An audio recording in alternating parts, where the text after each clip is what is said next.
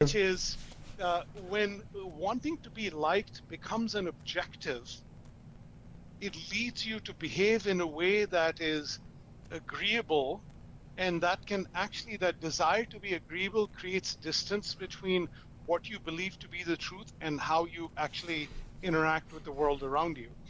And I realize that in some of my prior corporate roles as a change agent, while I was respected for my intellect, I was liked for who I was as a human being, I shied away from conflict.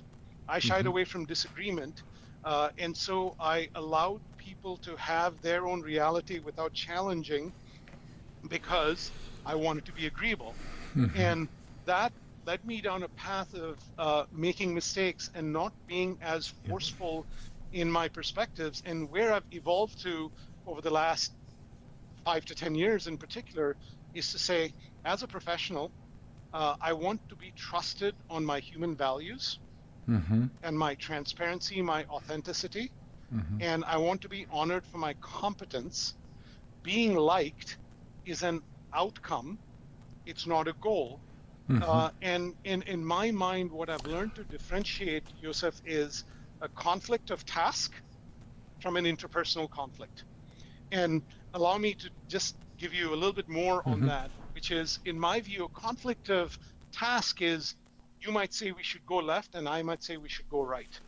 And we can actually debate that and we can make a better decision as a collective on what's appropriate given our common goals. A conflict of task is desirable.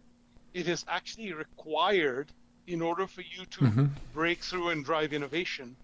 An interpersonal conflict is when you might not trust me, or I might have other forms of misgivings about you. And that sort of creates an enormous amount of space for distrust.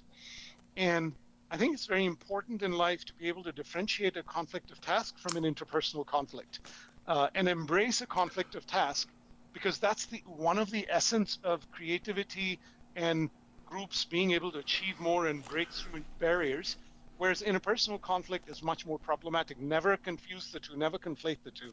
Yeah.